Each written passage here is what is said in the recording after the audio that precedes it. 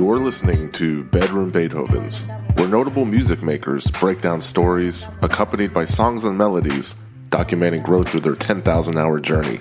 And me? Well, my name is Cello, your host.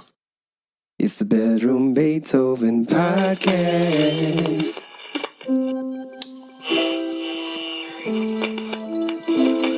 Whoa, you just blew my mind because nobody talks about that shit. Thank you for this. I was looking forward to this chat, man. I love your interviews. I thank you for what you're doing. It's excellent, and people can continue to learn the stories of these bedroom Beethovens. How did you find out about this? Oh my God. Having something like this to shed light on us is amazing. We really need this documentation. So people like you are definitely needed.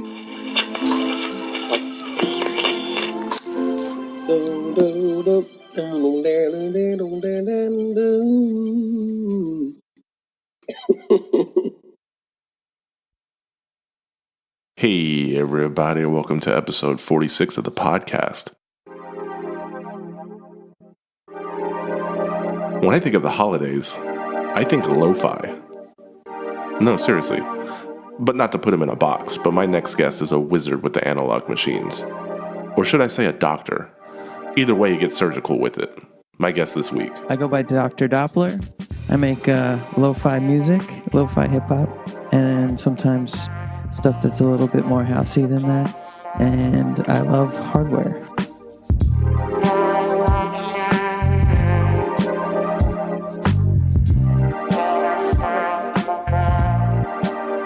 He has a new project, Flips and Bumps, which is a collection of instrumentals compiled over the last 2 years, arranged more similarly to a live set. And let me slide in that April 6th, 2020 release date. That's Mad Science 2, which is the first anniversary of Mad Science 1. He stays working. Check it out, guys. BedroomBeethovens.com is the website.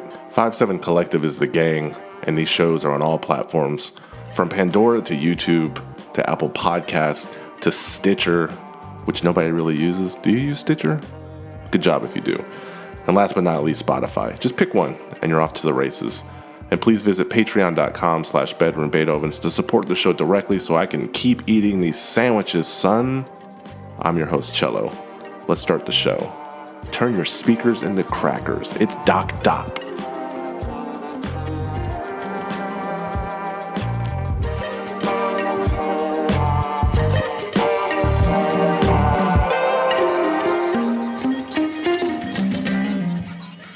I love you, man, but you have the worst name in terms of SEO. Like if I Googled you, I get the villain in Mega Man, Treasure Island, Clock Stoppers, and a very quirky staff meteorologist in Kerrville, Texas, man.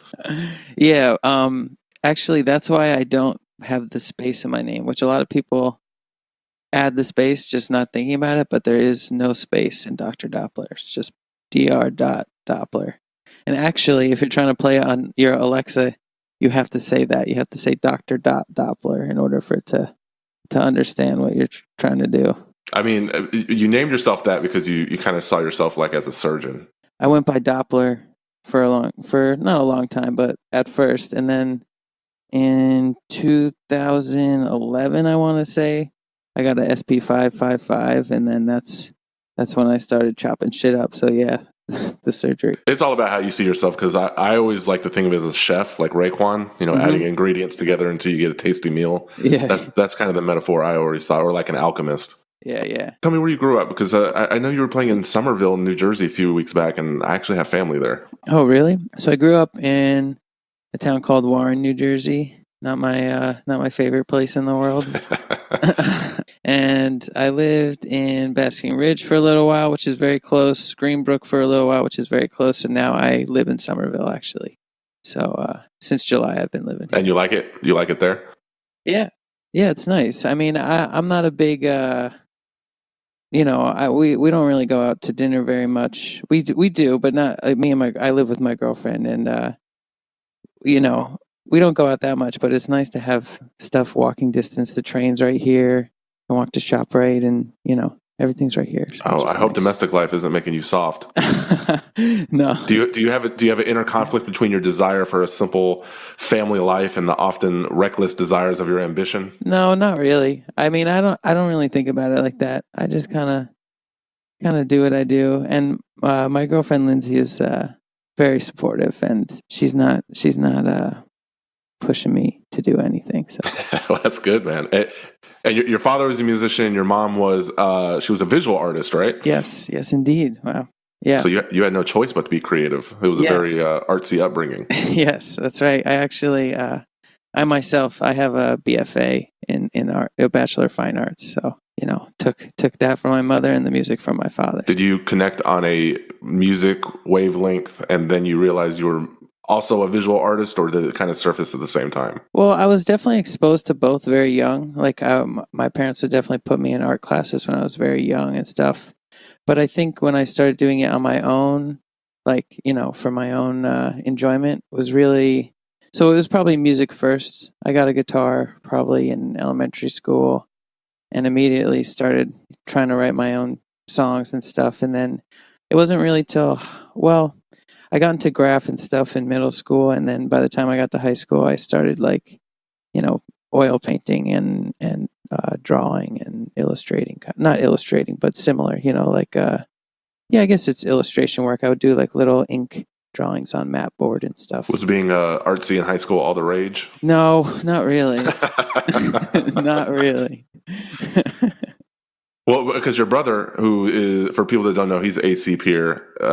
He's kind of more of a singer-songwriter, though. What kind of created that fork in the road where you kind of went one way and then he kind of went the other? I mean, growing up, we were definitely like always into the same stuff, or I guess it was more I was just into whatever he was into, So for a while, I don't know, like we had always worked together. Like he's a drummer, and like I said, I started with guitar, so we were always jamming. And then my father's a bassist, so again he could hop in sometimes too, and we would do like little family jams with some of my cousins and stuff. But in terms of my own like singing and songwriting, I guess it just kind of, I don't know. I don't think there was any significant point that I can remember where me and Aaron were like, oh, it's time to break off. But he was living in New York, and then he was in New York City, and I was in New York State while I was in college, and he's been living there since he was in college. So, we weren't always together during that period. So obviously we had to if we wanted to make music, we had to figure out how to do it on our own, Well, before he was able to drink legally, he's working with like Lana Del Rey, and later he's working on the set of Spike Lee movies. Was there ever like an urge to call him and be like, bruh, like slide Lana my demo, or tell Spike Lee, you know what Chirac is missing? Some lo-fi. Let's hook it up. Not really. I don't know. I never really thought about it like that. I just thought it was cool for him, and he's doing his thing. I didn't need to mooch off it, I can make my own path, Sometimes, especially like going to the same schools and stuff, and just being after him and for a long time, or feeling like that, it was I don't feel the need to mooch off him anymore. Well, most lo-fi producers, they aren't true lo-fi. They like the sound, and making the anime music videos and the stuff. But you're from the Casio keyboard vinyl landscape. So where did that obsession with analog like begin for you? It was just the only way I had to do it. Like I never had a great computer. It was easier to buy a $200 used Korg KP3, which has the little sampler banks in the bottom as well. And that was my first introduction to that. But it was just as simple as that, is that I could afford to buy the little box instead of the, expensive programs and other controllers and stuff. You had an SP404 at any point? Yes, I've had most of the SP series between the Boss and Roland, but yeah, I got a 404 probably, I want to say 4 years ago. So I mean, there's so much out there, and I'm not really well versed in the equipment. But is any pricey linear sampler worth investing to? Like, if I have an SP404, did my production creative skills improve enough to say that having that equipment brought your music to the next level? Like, if people are asking you for equipment recommendations, what is your go-to? I actually do usually recommend the 404, at least to start with. Like I've had a few people, whether it's playing out or, you know, just I've met a few random people and told them that I do this shit, like, and they're always like, oh, like I like, how do I get into that? How do I start doing that? And I'm like, well, I can't help you out in the software department, but the 404 is definitely a good place to start. And at least if you're sampling, especially records or whatever, and then if you're sampling like your own instruments, like live instruments, then I would definitely go with the 555, which is what I mentioned earlier. It was when I made the change to Dr. Doppler is when I got that. And then at that time, I was using a lot of live instruments. It has phantom power, so you can plug a condenser into it and just sample right into it with a nice mic, you know. So when you go back and listen to your early albums, what goes through your mind now about what you were doing then? Because to someone like you can't really grade your albums as something that gets progressively better, because it's more like you wake up, the stars align, and you find a sample that works, or you had a great month of crate digging. Usually, I guess it's like the production, like how it sounds, you know, like I'll be like, where did I find this sample? You know, I'll still think like that about the old stuff. Like, oh man, I don't even know how I did some of that stuff, but it's usually the production and like the sound of it, and, you know, trying to get, you know, not necessarily super clean, not like overproduced, but something that I'm happy with in terms of how it sounds like sonically. So yeah, I mean, I do kind of feel that way where each album I am trying to, step it up a little bit, you know, but like you said, with the nature of sampling, it is kind of depends. It's luck almost, you know, it's luck and skill, I guess, equally. I know, I love your sampling, man. There's a point of view, and I've always believed in, and I've said this on the podcast a few times, that sampling is a way for a different target audience to get in touch with music that they've never heard before.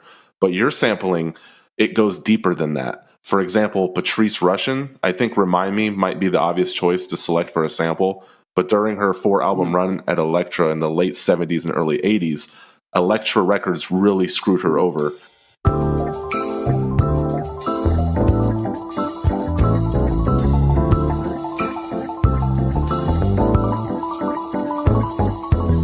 Because they gave her this unparalleled autonomy to write, arrange, and record smart, complicated dance music, and it incorporated R&B, disco, and jazz, and it was performed by large ensembles of LA's leading session musicians. But her labels, they second-guessed, and because they second-guessed her, it guaranteed that their songs were never promoted.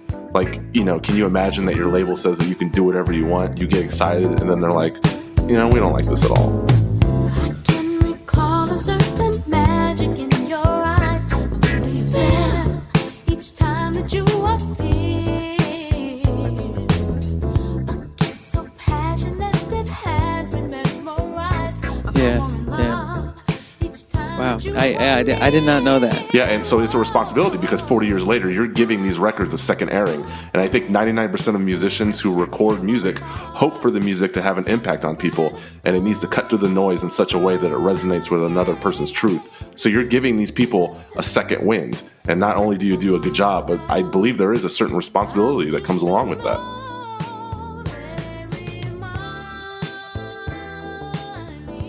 I think anyone who's a crate digger will tell you that finding those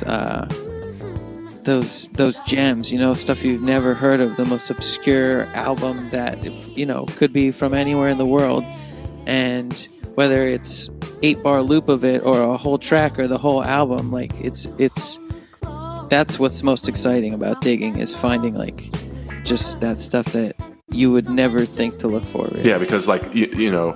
Here would be my mindset if I was a crate digger. Like, Donna Summer was big, but then they were just signing copycat acts, which I think hurt the overall landscape too. So instead of people going to Donna Summer, you could sign the 5th copycat act and pick something from there. And I think that's kind of where Patrice Rushen kind of fell into. She was, I don't want to, like downgrade her legacy, but I feel like she was a copycat act that was signed to mimic Donna Summers. So yeah. I don't know. It's smart. Yeah.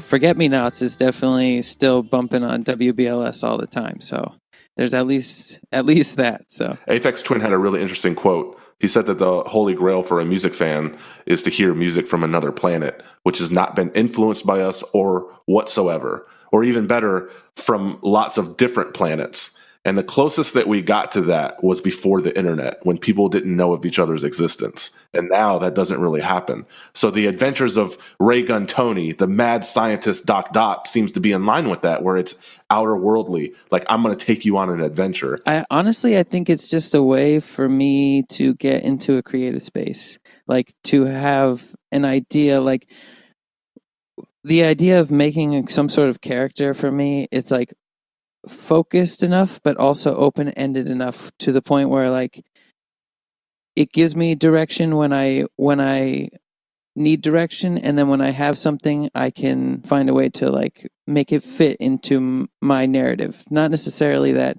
the Doppler stuff has a narrative, but I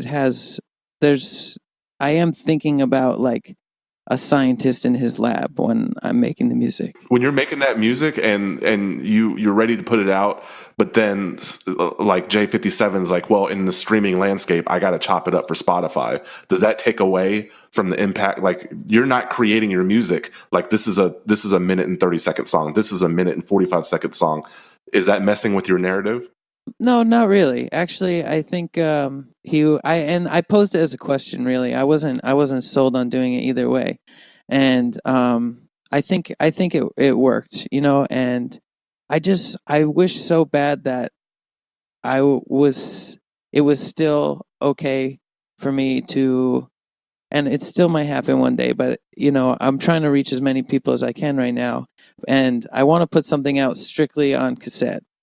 But it's just not the time for that. But it's always in the back of my mind. So maybe one day. But still, I wish I was in that era where it was like, yo, it's like, check out my cassette. And there's just something to me about being able to physically hold something, or like having a physical collection. Like that's really a big part of it to me as well. Whether it's, you know, trying to get my music out there, or making the music and collecting the records and the VHS tapes and the cassettes sometimes. And, you know, being able to hold it is what I need. Well, also another behavior from people in a different musical generation. I mentioned Aphex Twin. He took 13 years in between projects at some point.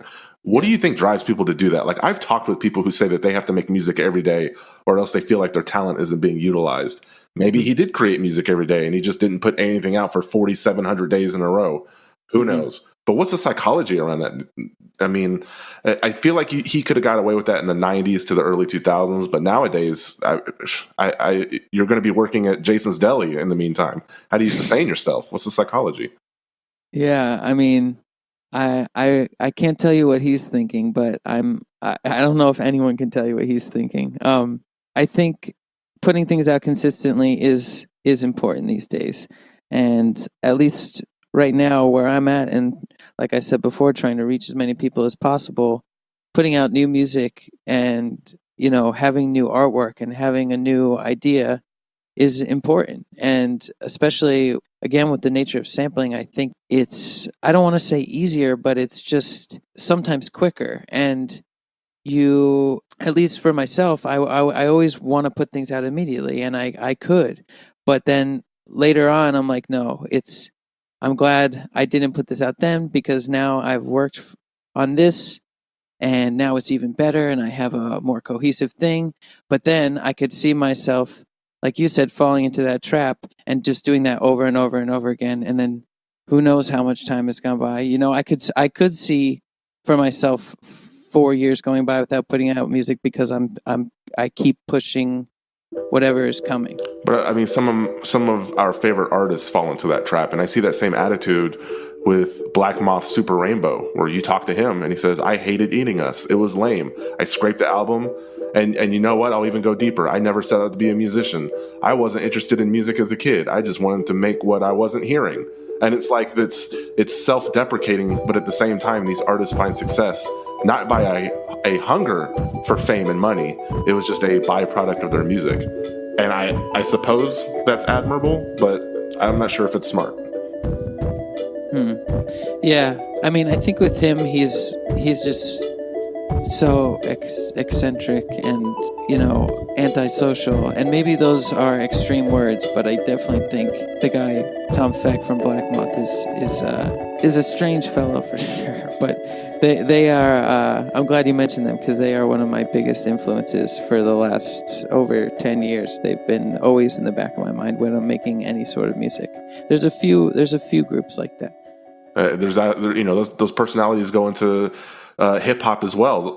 Tell me about your love for Quasimodo. Oh, I mean, that's a Quas is the turning point of me being like, okay, this is what I want to do now. Dynamite music. Hey, can I buy them trees? You got the trees on you? You got any of that killer? Yeah, let me get that purple too. That purple. Man, Willie, don't stop tripping. I ain't got no change. It's my weed right here. Smoking on the trees at 100 degrees. Never touch the breeze, just a sticky green leaf. Put it in the dust. And like I said earlier, I was doing like sampling my live instruments on the SP505, and then I probably listened to Quas only, Further Adventures and The Unseen for a year. You know, like that was it all the time. And yeah, that was the point where I was like, you know what, I gotta do this. I gotta start. There's just, you know, Madlib is obviously a genius.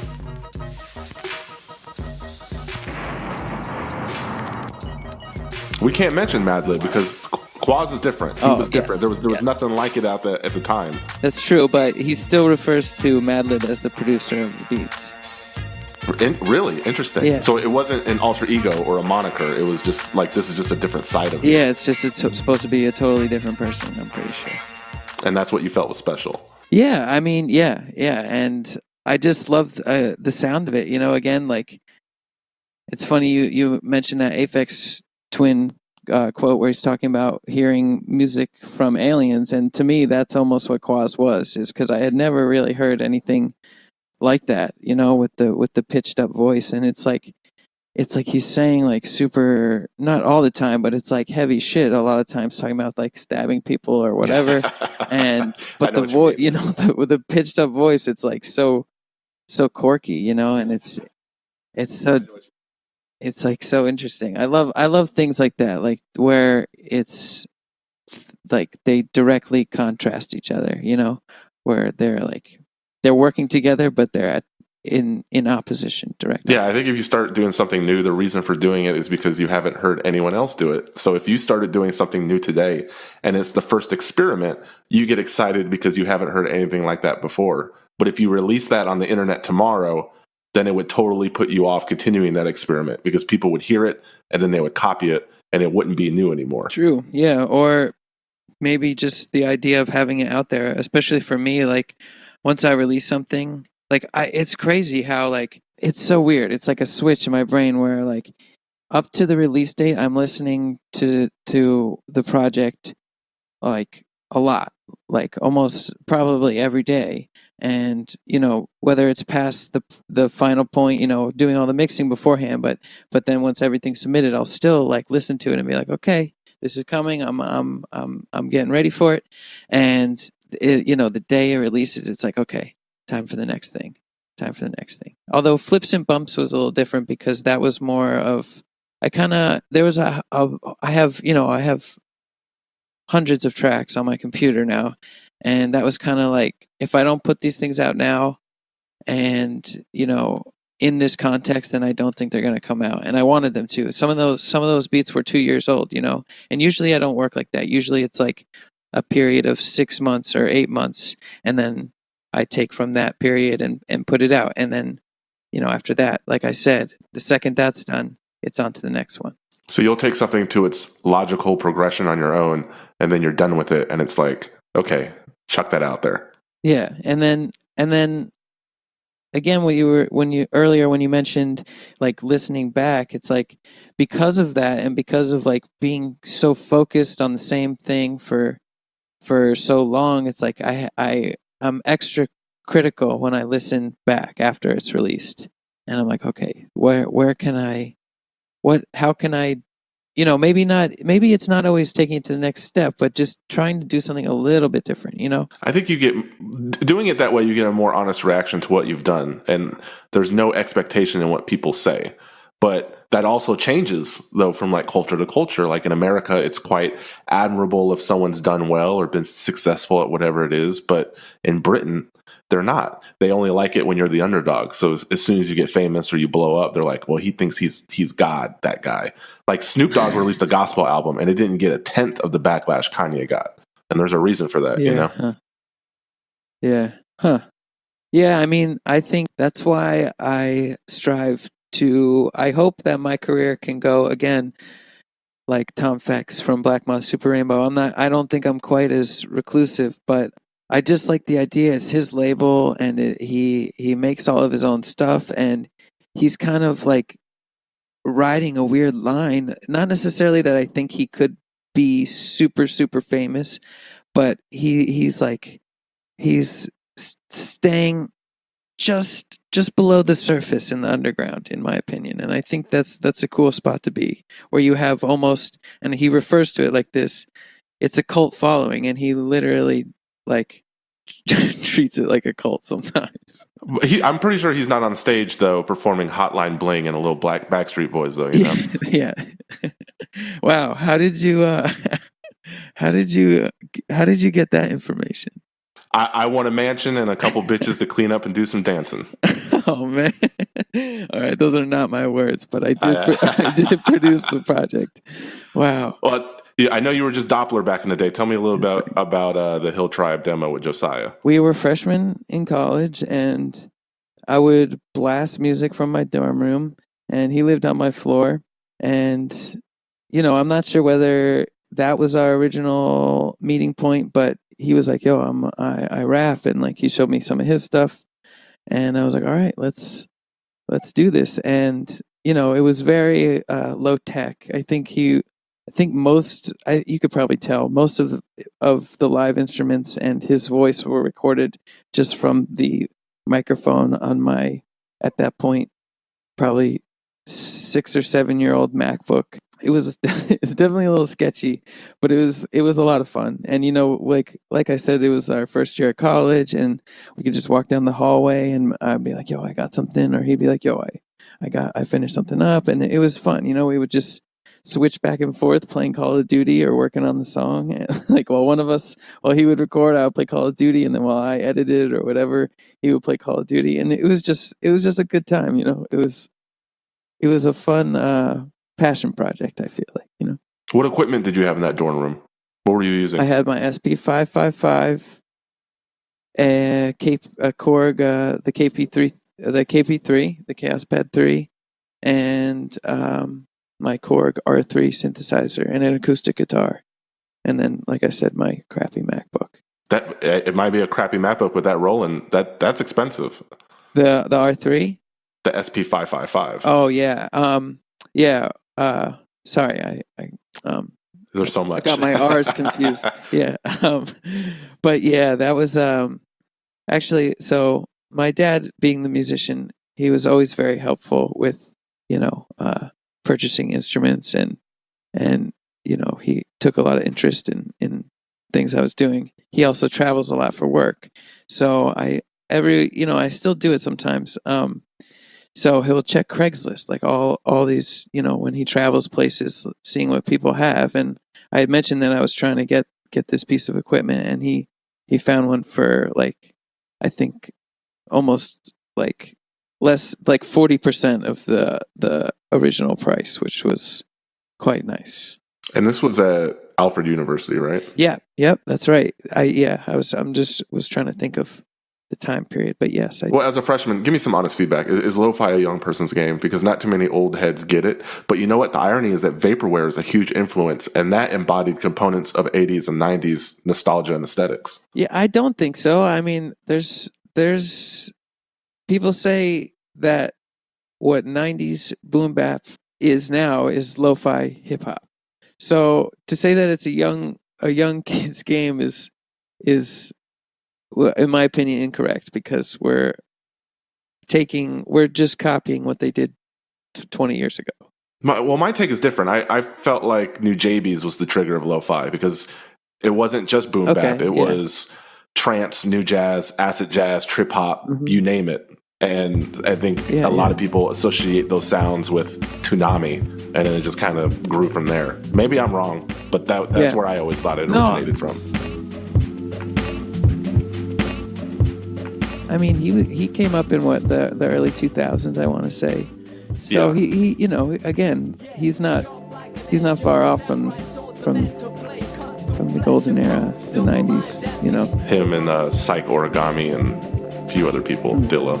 Yeah, of course, Dilla. Can't not mention Dilla, right?